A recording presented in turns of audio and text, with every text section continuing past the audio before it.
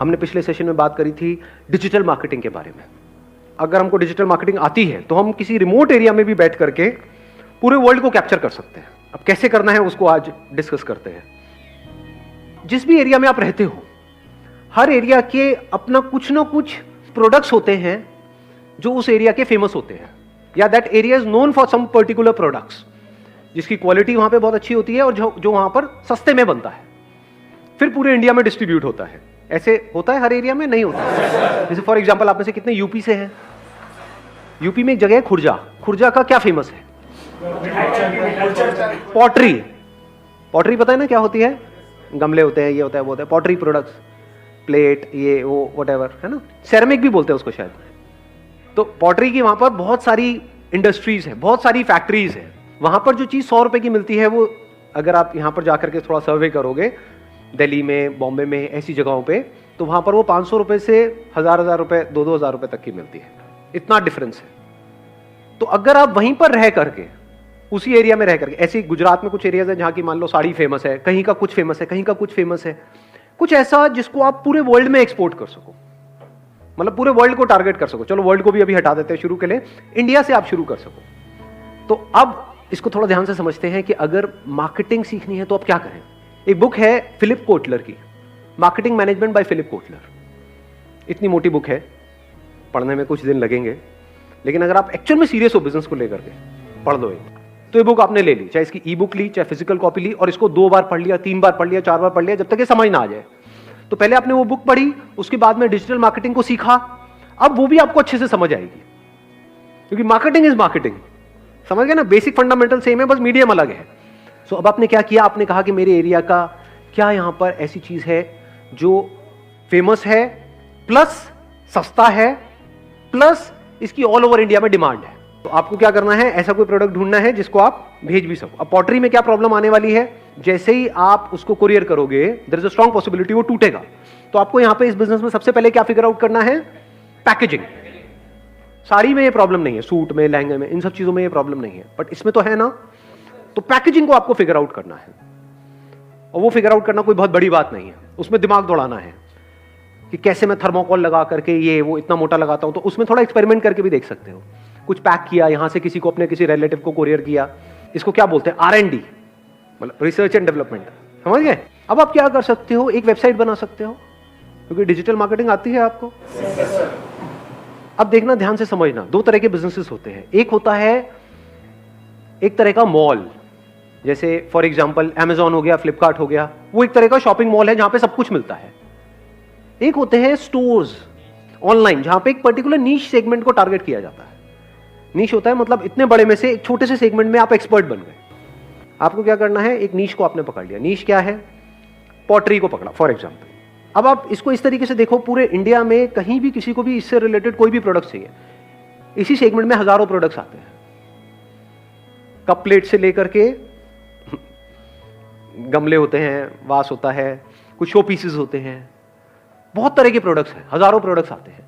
इसकी आपने अपनी एक वेबसाइट बना ली, इसमें कोई प्रॉब्लम है? क्या आप प्रोडक्ट खुद बना रहे हो? प्रोडक्ट्स ऐसे चुनो जो आपको पता है कि जिसकी क्वांटिटीज रेडिली अवेलेबल होती है। आ रही है पूरी बात समझ में? आ रही है? बिजनेस मॉडल समझ आ रहा है ना? हाँ, ऐसा कोई प्रोडक्ट मत पकड़ लेना कि जो आपको अभी तो मिल जाए, लेकिन मान लो उसके 100 ऑर्डर आ गए, अब वो प्रोडक्ट है ही नहीं, अब आप शिप ना कर पाओ। तो ऐसे प्रोडक्ट्स होने चाहिए जो आपको पता हो कि सबसे ज्यादा जो चलने वाली आइटम्स है, जो आपको पता है पिछले कई सालों से बन रही है और आगे भी बनती रहेगी, वो आप पहले ही उससे रिटेलर से पूछ लेना। समझ गए? लेकिन उनके जो रिटेल आउटलेट्स हैं, वहां जो बंदे बैठे हैं, मान लो 2, 4, 5 साल से, 10 साल से जॉब करते हैं, उनको पता तो सारा है कि क्या बिकता है, क्या नहीं बिकता है। तो वहीं से आपने कुछ रिटेल में ही प्रोडक्ट्स परचेज कर लिए। समझ गए ना? कितने की इन्वेस्टमेंट हो गई आपकी? मान लो 10,000 रुपए की। अब आपको चाहिए एक ई कॉमर्स स्टोर, वो कहां से बनेगा? ई कॉमर्स वेबसाइट चाहिए, शॉपिफाई। किसने बोला ये? Let's give a big hand for him ji. Shopify is the best platform अगर आपको अपनी वेबसाइट बनानी है या एक ई कॉमर्स स्टोर बनाना है। शॉपिफाई का स्टार्टिंग प्लान क्या है? $29 पर मंथ। मतलब कितने का हो गया? 2,000 रुपए महीना हो गया। 2,000 रुपए महीने में अपने खुद के डोमेन के नाम से एक ई कॉमर्स स्टोर आपका बन गया है। आप ये कह लो 2,000 रुपए महीने में आपका एक स्टोर खुल गया है। आप 2,000 रुपए महीने में पूरे वर्ल्ड में पहुंच चुके हो। यानी खुर्जा बैठे बैठे आप यूएस में भी प्रोडक्ट्स बेच सकते हो।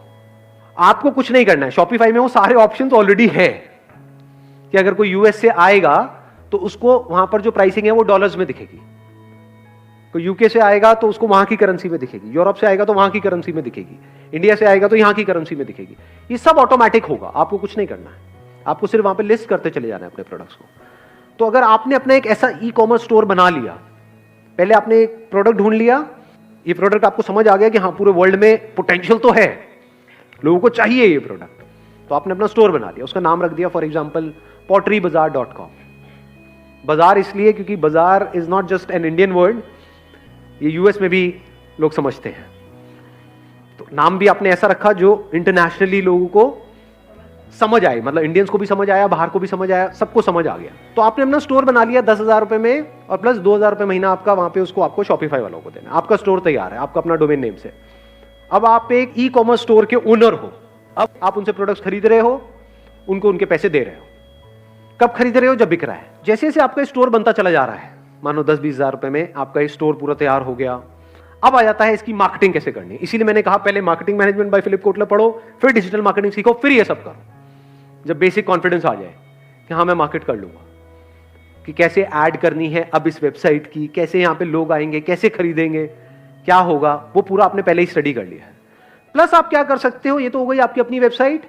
अब आपके पास अपनी वेबसाइट है तो अब आप Amazon को, फ्लिपकार्ट को भी अप्रोच कर सकते हो, क्योंकि आज की डेट में क्या हो गया है, लाखों लोग हो गए हैं जो वहां पे अपने प्रोडक्ट्स बेच रहे हैं इन ई कॉमर्स प्लेटफॉर्म्स पे। तो आप खुद भी डायरेक्टली भी कर रहे हो अपनी वेबसाइट के थ्रू पूरे वर्ल्ड में, प्लस इनके थ्रू भी कर रहे हो।